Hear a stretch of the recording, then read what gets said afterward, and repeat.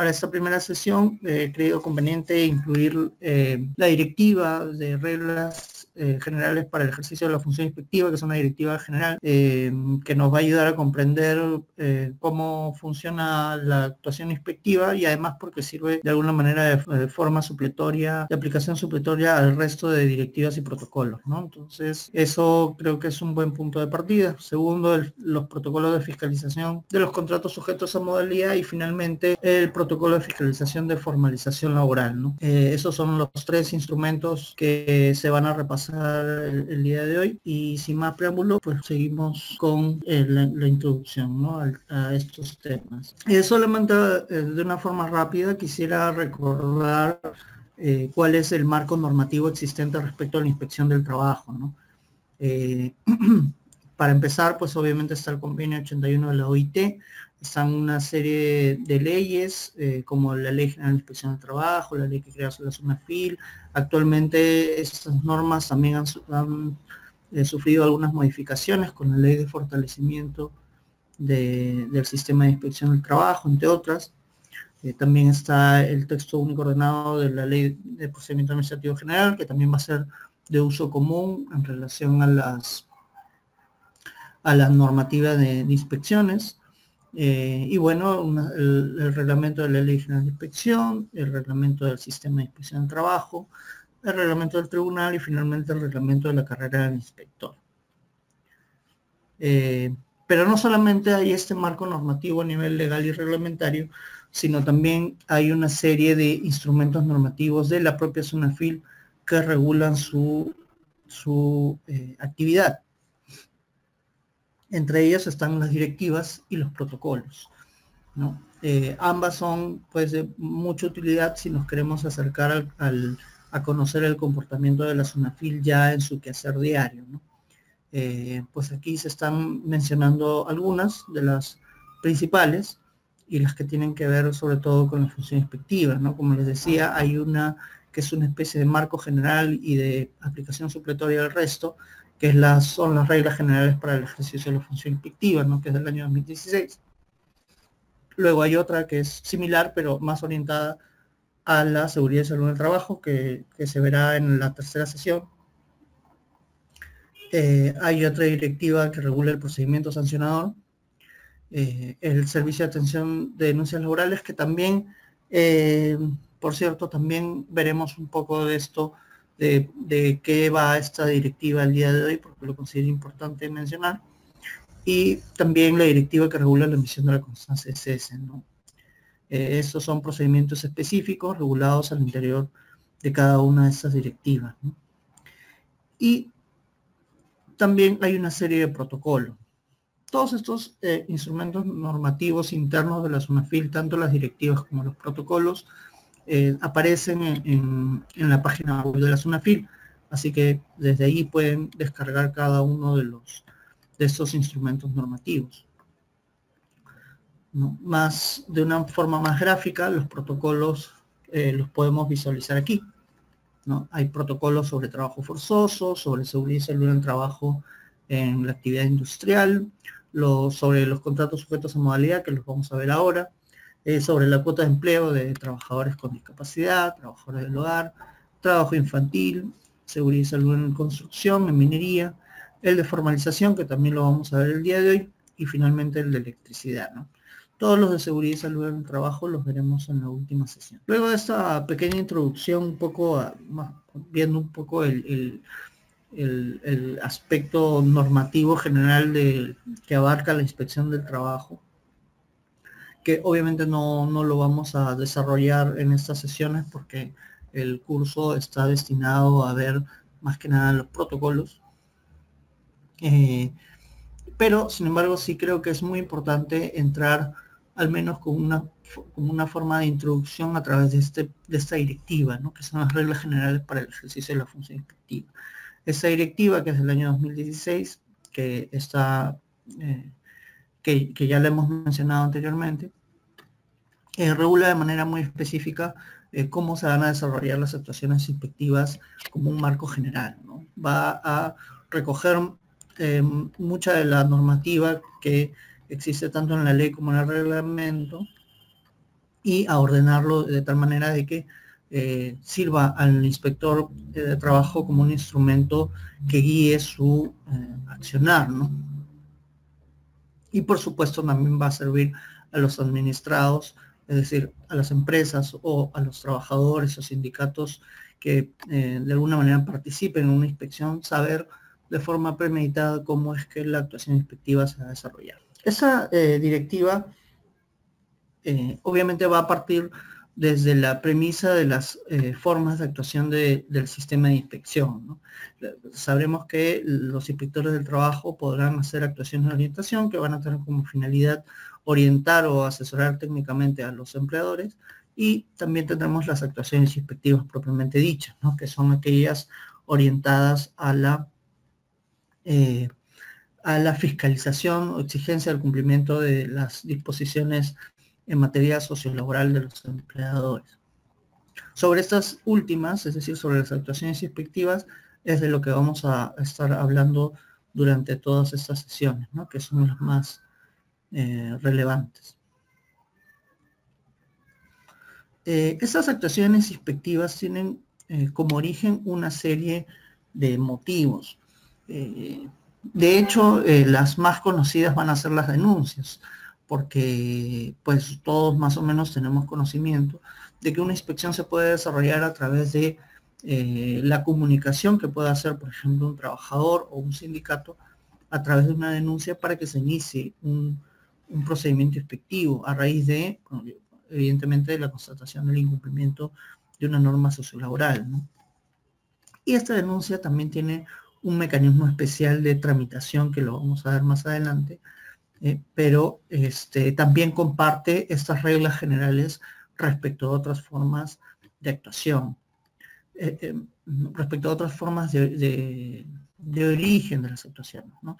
Porque la ley no solamente contempla la denuncia como una forma de iniciar actuaciones inspectivas o como motivo de actuaciones inspectivas, sino también por otras vías, ¿no? Por ejemplo, la orden de autoridades competentes. Pueden haber una serie de autoridades que son competentes para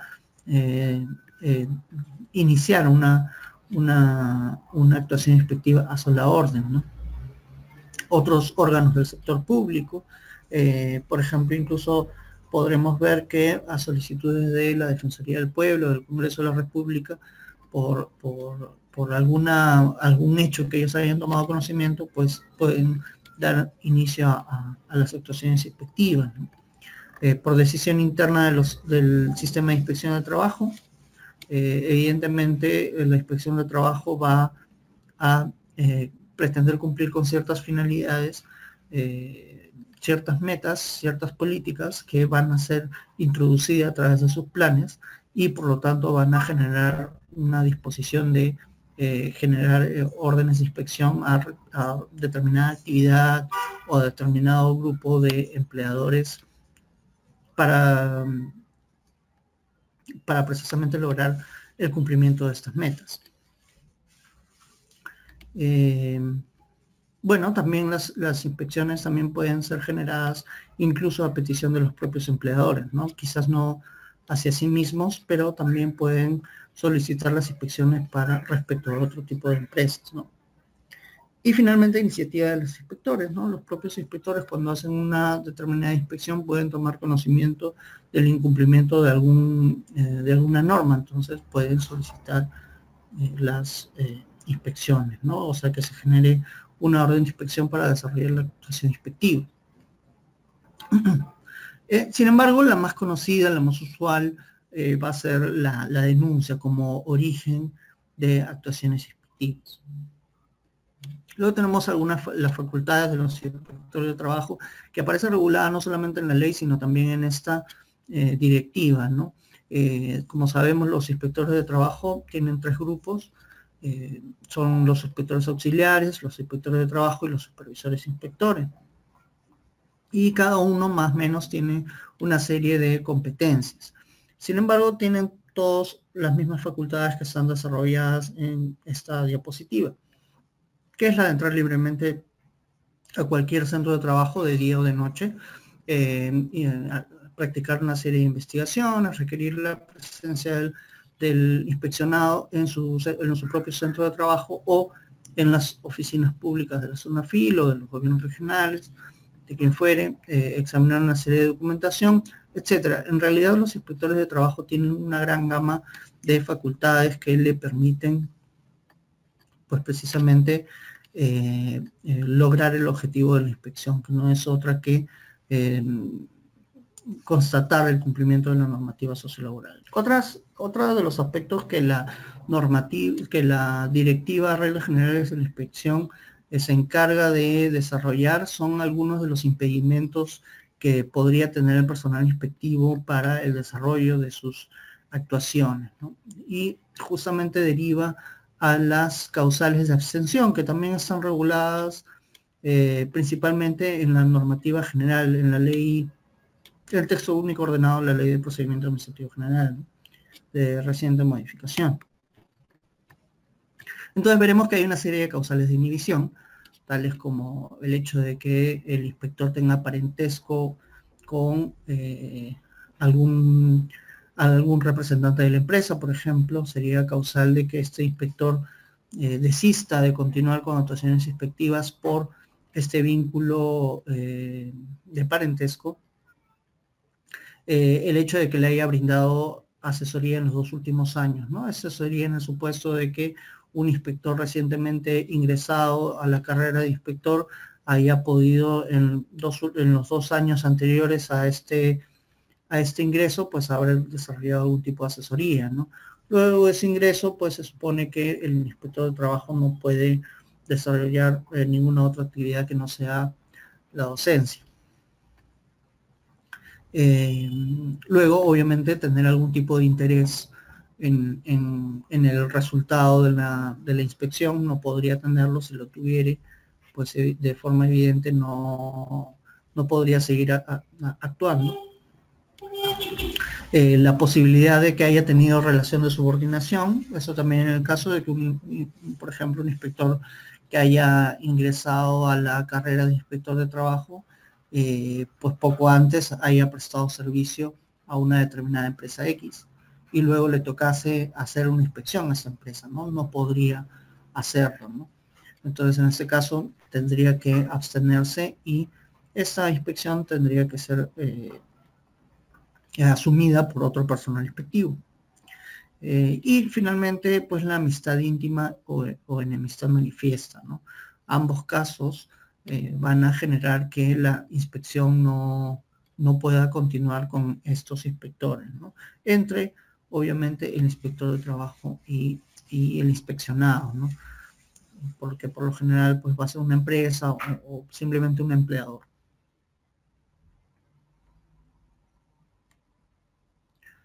Luego, de manera general, sí es importante recordar un poco cómo se desarrollan las actuaciones inspectivas, ¿no? Como habíamos mencionado, la orden de inspección se va a originar a través de una denuncia, de una solicitud de la empresa, del propio inspector de trabajo, de una autoridad pública, etcétera.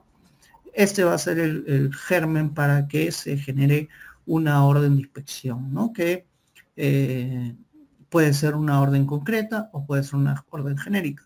¿Cuál es la diferencia? La orden concreta va a constituirse por tener un sujeto inspeccionado determinado, ¿no? La empresa fulanita de tal, SAC, domiciliada en tal lugar, etcétera. En cambio, será genérica cuando no pueda determinar previo a las actuaciones inspectivas, de forma previa, quién es el sujeto a fiscalizar, ¿no? Recién ya con las actuaciones, el inspector podrá dar cuenta de alguna documentación que le permita una identificación más concreta del sujeto inspeccionado, ¿no? En esta orden de inspección también se van a asignar los inspectores que van a estar a cargo. Y una vez que sea entregada la orden de inspección, el inspector tendrá como máximo 10 días hábiles para iniciar las actuaciones inspectivas, ¿no? Que son básicamente 3: la visita, la comparecencia y la comprobación de datos, ¿no? Estas son las 3 tipos de actuaciones inspectivas que veremos un poco de ello más adelante. Finalmente, cuando luego de que el inspector de trabajo ha desarrollado visitas al centro de trabajo, ha requerido a la empresa cierta documentación, ha hecho todas sus actuaciones inspectivas con la finalidad de investigar si ha cumplido o no cumplido con la medida con la normativa sociolaboral, lo que va a hacer es emitir una medida de requerimiento por lo general cuando encuentre que el empleador no ha cumplido con alguna normativa sociolaboral. ¿Cuál va a ser la finalidad de esta medida de requerimiento? Pues de que el empleador se le requiera que cumpla con alguna obligación establecida en la ley. De cumplir, la consecuencia será que no perciba ninguna sanción económica. Por el contrario, de mantenerse en el incumplimiento, el inspector de trabajo emitirá un acta de infracción que posteriormente podrá dar inicio al procedimiento sancionador correspondiente y ser acreedor de una multa. Pues digamos, este es el marco general de cómo se desarrolla una actuación inspectiva, ¿no? Y detallada en la directiva que estamos viendo. En temas de seguridad y salud del trabajo, pues se refiere, mejor dicho, todas estas actuaciones inspectivas, la ley lo que establece es que se pueda desarrollar en 30 días hábiles, pero esa puede ser prorrogada, ¿no? En el caso de las órdenes de inspección relacionadas con la seguridad y salud del trabajo que tengan esa materia, ahí sí son 30 días improrrogables, ¿no? Con la idea de, bajo la premisa de que las inspecciones en materia de seguridad y salud del trabajo tienen cierta urgencia que no pueden prolongarse mucho tiempo, ¿no? Por los derechos involucrados, ¿no? Que tienen que ver justamente con la salud y seguridad de los trabajadores. Como les decía, el inspector de trabajo, una vez recibido una orden de inspección, va a tener tres modalidades de actuación inspectiva, ¿no? Tres modos a través de los cuales va a desarrollar sus actuaciones. Esas son la visita inspectiva, la comparecencia y la comprobación de datos, ¿no? Bueno, la visita inspectiva no es otra cosa que el inspector acude al centro de trabajo para verificar bueno, el cumplimiento de la normativa sociolaboral in situ, ¿no? A través de una inspección quizás de contacto directo con la realidad, con la actividad empresarial, ¿no? Como veremos más adelante, esta visita va a ser de cierta relevancia para cubrir ciertos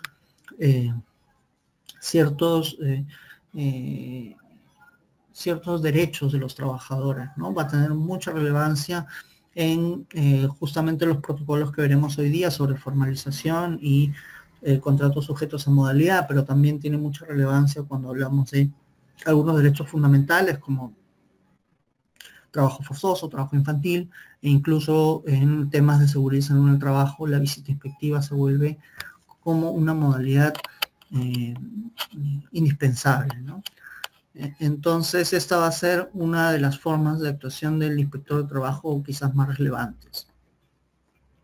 Algunas consideraciones sobre la visita inspectiva y que también están desarrolladas en la directiva, por supuesto, es que todo empleador va a tener un deber de colaboración respecto de esta visita. Es decir, por ejemplo, no podrá negarle la entrada al inspector de trabajo, no solamente al centro laboral, sino a cualquier lugar del mismo, ¿no? Cuando veamos el protocolo de formalización, veremos que el ingreso no solamente digamos, al centro de trabajo, sino a cada uno de los componentes del mismo puede resultar determinante. ¿Por qué razón? Porque efectivamente van a haber muchos empleadores que al momento de querer ocultar la informalidad en la que se encuentran muchos trabajadores, van a querer ocultarlos en ciertos lugares de difícil acceso. Entonces el inspector de trabajo, si tiene la sospecha de que existen trabajadores informales, pues va a querer ubicar estos lugares o va a querer ingresar a estos lugares de difícil acceso precisamente, ¿no? El hecho de que sean impedidos por el empleador va a acarrear, por supuesto, las sanciones correspondientes.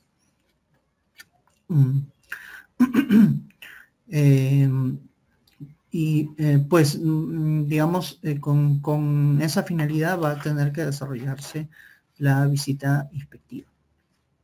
La otra modalidad es la comparecencia. La comparecencia va a ser la citación que va a hacer el inspector de trabajo al empleador. Con la finalidad de que el empleador asista a las oficinas públicas para presentar cierta documentación o prestar algún tipo de declaración que el inspector requiera, ¿no? Por ley, la citación no puede darse con un plazo menor de 3 días. Y por lo general tendrá el detalle de una serie de documentación que el empleador debe llevar consigo, ¿no? Algunas consideraciones importantes sobre la comparecencia es la primera, que la puntualidad es importante, ¿no? El inspector de trabajo solamente está obligado a esperar al empleador por 10 minutos luego de el llamado correspondiente a la comparecencia. Así que la tardanza podría ser considerada como una inasistencia y por lo tanto esto acarrearía una sanción económica también para el empleador. Luego la documentación que solicita el inspector de no ser llevada a la comparecencia, pues obviamente también puede acarrear otro tipo de sanción económica. Para asistir a la comparecencia, la persona que debe asistir también debe tener un poder suficiente para poder actuar. Evidentemente, no siempre a las comparecencias va a asistir el representante legal de la empresa o el gerente general, ¿no? Puede que esta persona delegue a otra, que sé yo, al jefe de recursos humanos o al abogado o al asistente de recursos humanos, quien fuera, delegue la facultad para asistir a esta comparecencia. Sin embargo, debe tener el poder suficiente para hacerlo, ¿no?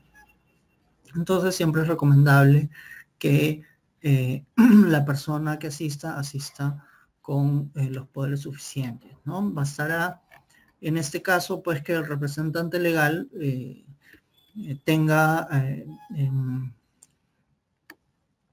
el poder de delegar a su vez esta facultad, ¿no? Y puede ser delegada con una carta poder simple, la normativa no exige mayor formalidad, ¿no? Mayor formalismo para acreditar este poder. Recordemos pues que todo esto gira en torno a la normativa de la Ley de Procedimiento Administrativo General que en principio seguía justamente por el informalismo, ¿no? O bajo el principio de informalismo.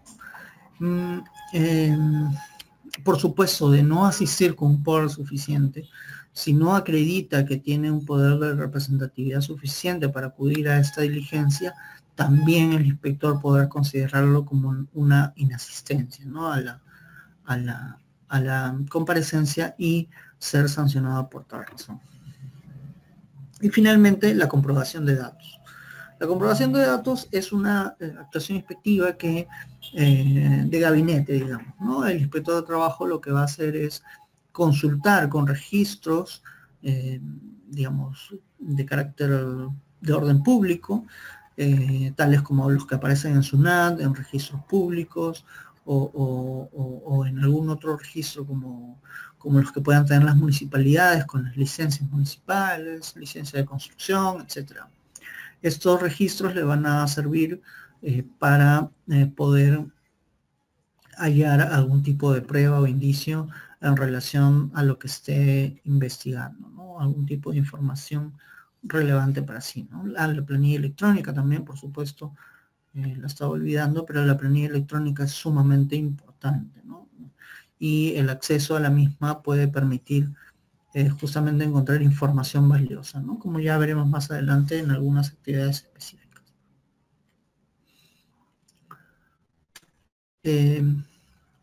Como les decía, el inspector de trabajo, luego de hacer sus investigaciones, puede emitir una medida. Y generalmente la medida más usual va a ser la medida de requerimiento, sobre todo cuando constate los incumplimientos a la normativa sociolaboral, ¿no? La medida de recomendación y advertencia puede que también se produzcan en un contexto similar, sin embargo no son de usual uso, ¿no? Más allá cuando no está debidamente regulado la emisión de estas dos medidas. Entonces, la medida más usual va a ser la de requerimiento, ¿no? Que como les decía, es una orden del inspector de trabajo para que el empleador cumpla con aquello que el inspector ha constatado como falta a la normativa sociolaboral. Y también hay una medida de paralización de labores, que es cuando el inspector de trabajo verifica que la actividad se está desarrollando en una situación de riesgo, de peligro para la salud de los trabajadores. Entonces, con esta medida de paralización, simplemente la empresa dejará de lado la actividad hasta que subsane los incumplimientos que puedan afectar la seguridad y salud de los trabajadores, ¿no?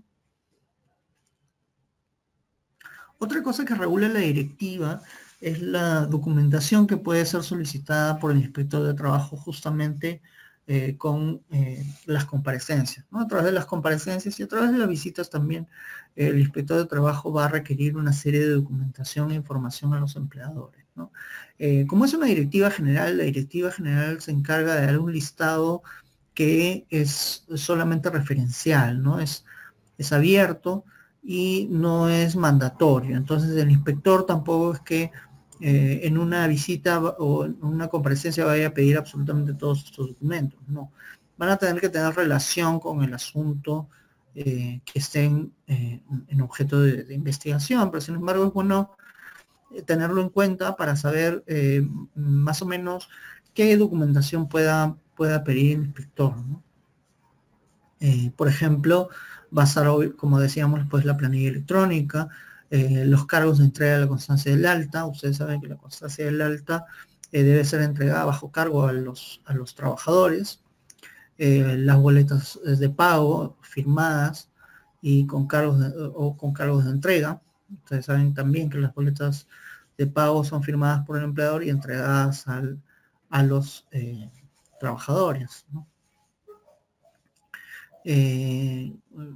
Luego con las constancias de pago, como es que efectúan los pagos a nombre del trabajador, por lo general van a ser a través de depósitos, a través de los sistemas financieros. Eso también lo puede requerir. Obviamente el registro de control de asistencia, que en caso de no tener empleador es una infracción muy grave además, ¿no?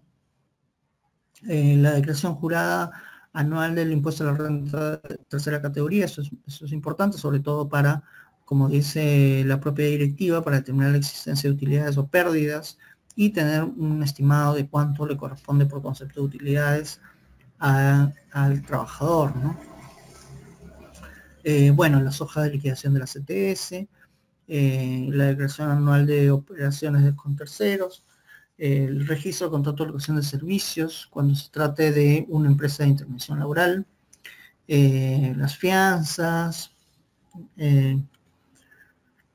bueno, en fin, hay una serie de documentos que los inspectores de trabajo pueden requerir a los empleadores, ¿no? Con la finalidad de apoyar su investigación sobre la documentación, ¿no? Como les decía, esto es un marco general, lo que pretende es dar una pista, de forma referencial de los documentos que pueda solicitar el trabajador al inspector, ¿no? Insisto, no se trata de que toda esta documentación en todas las inspecciones vaya a ser solicitada. Será en virtud de lo que se esté investigando que el inspector de trabajo considerará conveniente pedir una o más de estas o incluso otras, ¿no? En realidad esto solamente sirve una guía, pero el empleador, el trabajador puede tener acceso a esta información de tal modo de que puede saber qué es lo que puede solicitar el inspector de trabajo, al menos de una forma referencial, ¿no?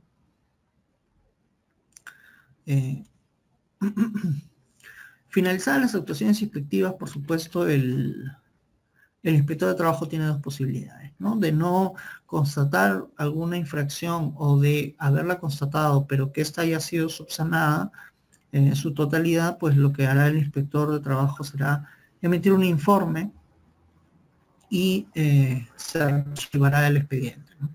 No traerá mayores consecuencias. Sin embargo, de advertirse infracciones y no son subsanadas por parte del empleador luego de la medida de requerimiento, pues se emitirá el acta de infracción, ¿no? El acta de infracción luego pasará a una fase, a un procedimiento sancionador con la finalidad de imponer una multa, ¿no? Entonces, me parece que hasta allí lo que vemos es el marco general de la inspección de trabajo y cómo se lleva a cabo las actuaciones inspectivas, ¿no? Como les decía, en el caso de las denuncias hay un trámite especial que se está llevando a cabo y que está regulado justamente en una directiva del Servicio de Atención de Denuncias. Y tiene ciertas particularidades que las vamos a ver a continuación. Ese es, digamos, el trámite particular que van a recibir las denuncias. Es decir, cuando un trabajador, un sindicato o cualquier persona, en verdad, decide interponer una denuncia ante la SUNAFIL o ante el gobierno regional por el incumplimiento de alguna empresa, de algún empleador de la normativa sociolaboral, ¿no?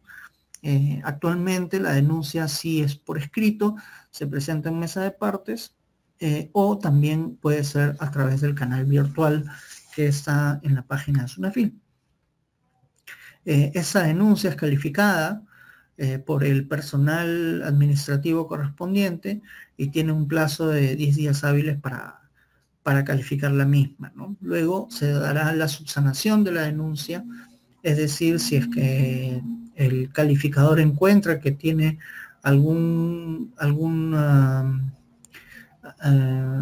dato que no haya sido ingresado, algún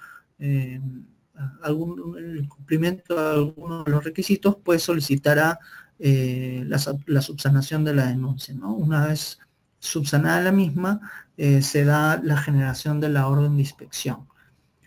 Básicamente, este es el trámite que se ha dispuesto para las denuncias, ¿no? Luego de la generación de orden de inspección, seguirá todo el trámite restante que hemos visto respecto a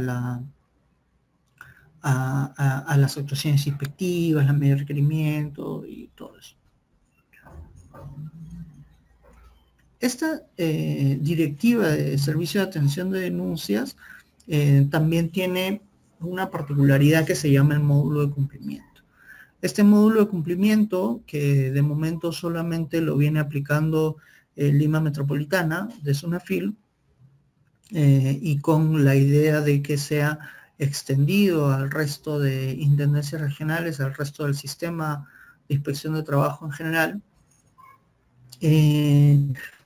sirve para que respecto de ciertas materias se dé un trámite previo a las actuaciones inspectivas, es decir, antes de que participe el inspector de trabajo. En este módulo de cumplimiento, previo a la generación de una orden de inspección, es tramitado básicamente por personal administrativo de la SUNAFIL que se comunica previamente con el empleador para demandar el cumplimiento de aquello que es objeto de denuncia, ¿no?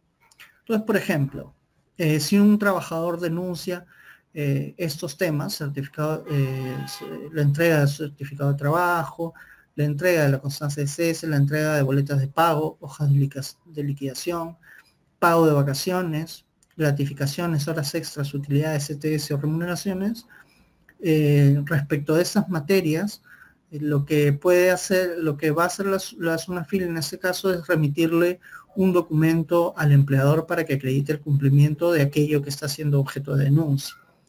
Y en este plazo, si luego de comunicado en el plazo de 2 o 5 días hábiles, dependiendo de las materias, las documentales como certificado de trabajo, constancia de cese, boleta de pago y hojas de liquidación van a tener solamente 2 días hábiles, las restantes 5 días hábiles, con la idea de que el empleador conteste esta carta remitida por la SUNAFIL acreditando el cumplimiento del pago de la entrega de esta documentación o del pago de estos beneficios. Si es que el empleador logra acreditar el pago o la entrega, pues la denuncia se archiva, ¿no? Y se comunica al trabajador, por supuesto, el resultado de la misma. De no acreditarlo, pues se genera la orden de inspección, ¿no? Una vez generada la orden de inspección, sucederá todo el camino que hemos visto, que es las actuaciones inspectivas, las medidas de requerimiento, etcétera, etcétera. Entonces, este es un marco especial, ¿no? Tanto del servicio de atención de denuncias propiamente como el módulo de cumplimiento. Todo esto está regulado en la directiva de servicio de atención de denuncias. Entonces, luego de haber visto el marco general un poco apuradamente, con la idea de cumplir con el tiempo inicialmente destinado, pero que sin embargo considero suficiente, de alguna manera hemos tratado de ver cómo funciona la inspección de trabajo en términos generales a partir de la directiva de las reglas generales para la función inspectiva, ¿no?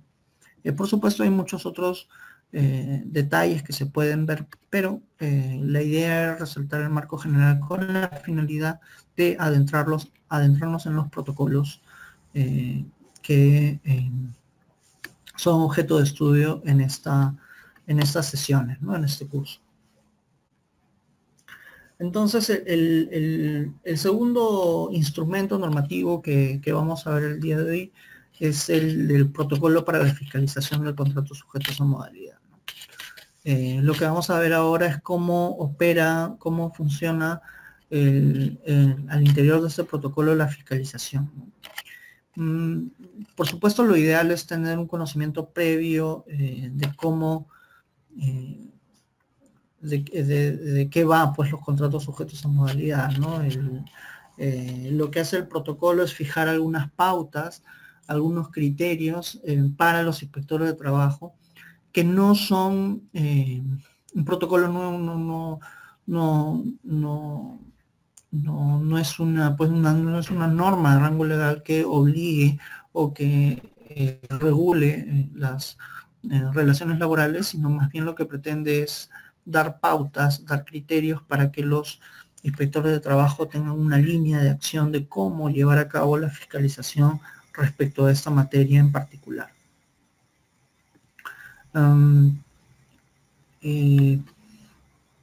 Como les decía, pues los contratos sujetos a modalidad es una materia bastante interesante en relación al derecho del trabajo, la visión respecto al principio de causalidad, bueno, en fin, tiene mucho desarrollo, pero nosotros nos vamos a enfocar en esta noche, en esta hora más o menos de la que vamos a disponer para hablar sobre estos protocolos, a ver cómo se operativiza en la fiscalización, ¿no? En la inspección del trabajo.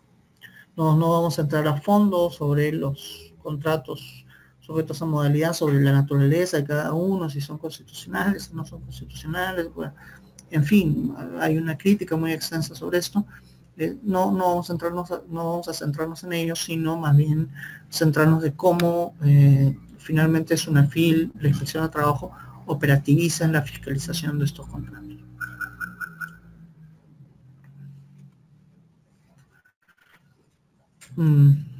Bueno, entre otras cosas que regula el protocolo para la fiscalización de los contratos sujetos a modalidad,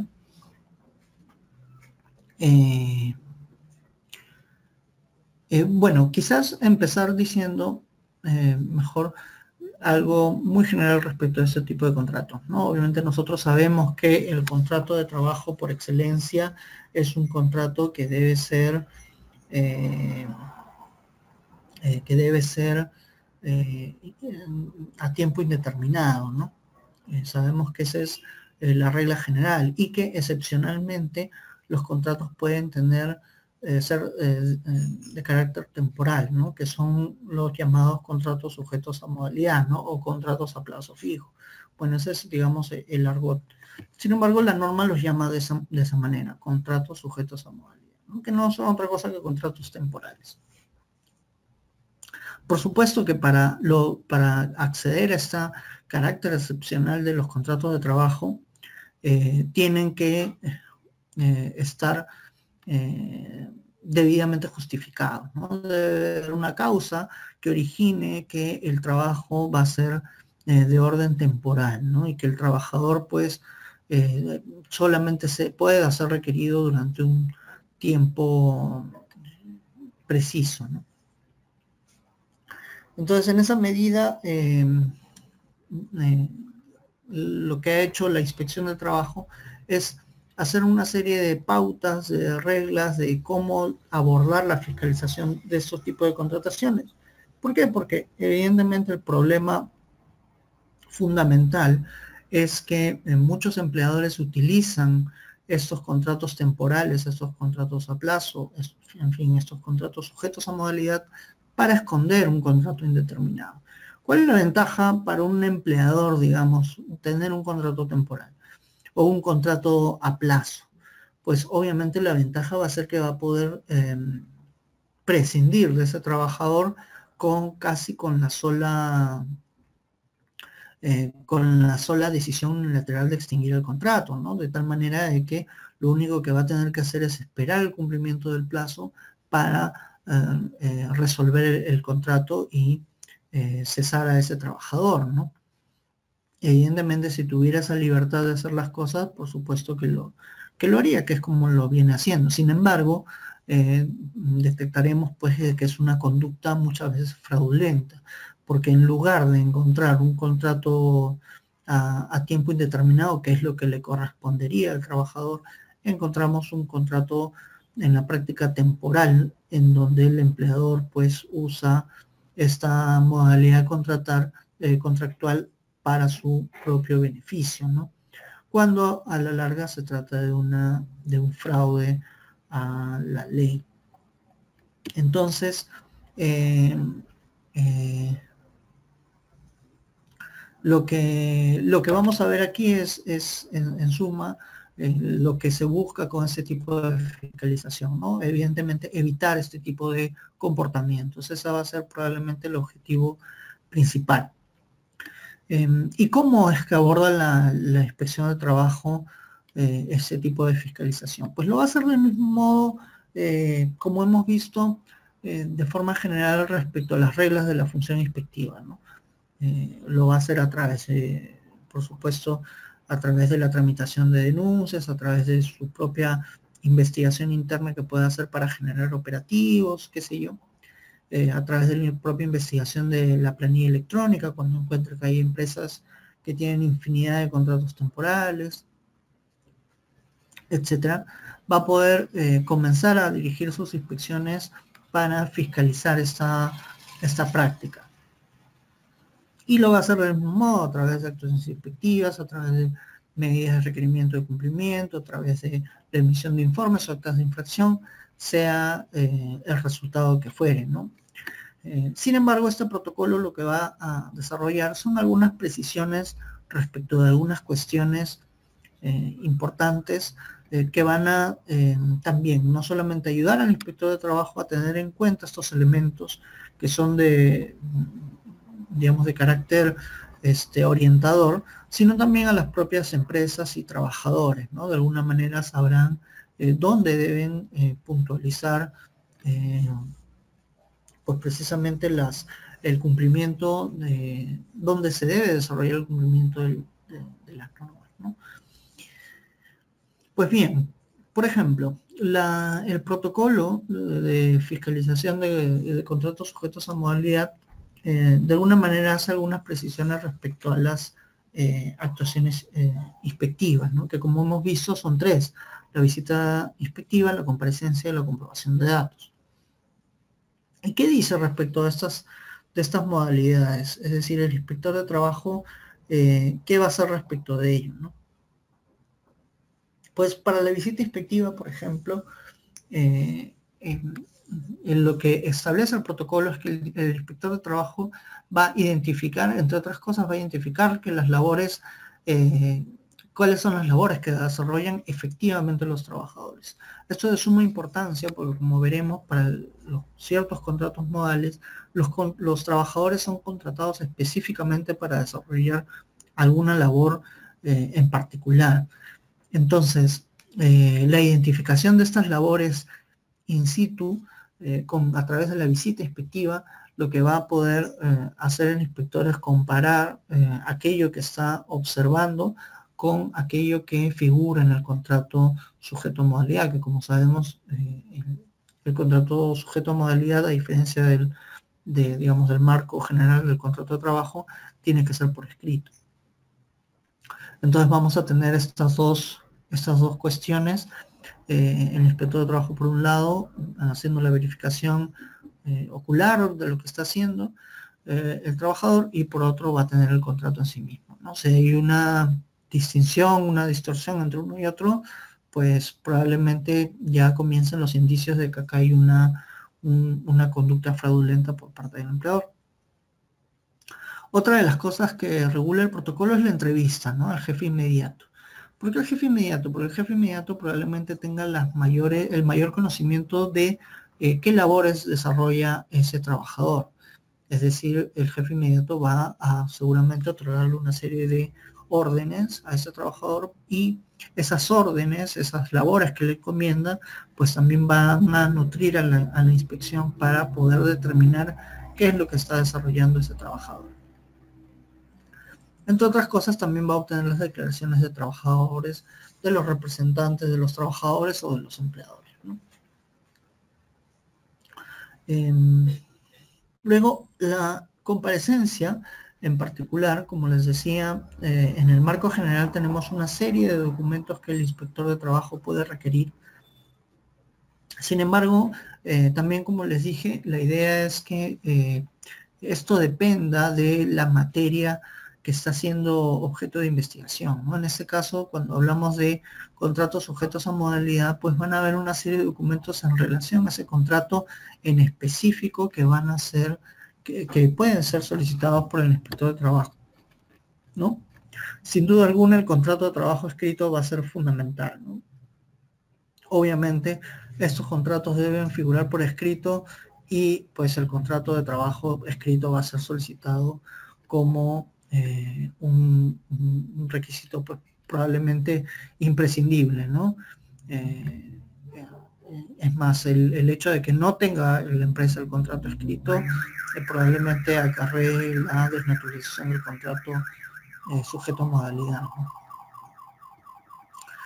Luego, aquellos, de forma general, lo que regula son aquellos documentos que acrediten la causa objetiva, ¿no? Si la causa objetiva de contratación temporal es, por ejemplo, la suplencia de otro trabajador, obviamente, como veremos luego, lo que va a pedir es cuál es ese documento que acredita que está trabajando de suplencia, ¿no? Porque si esa persona,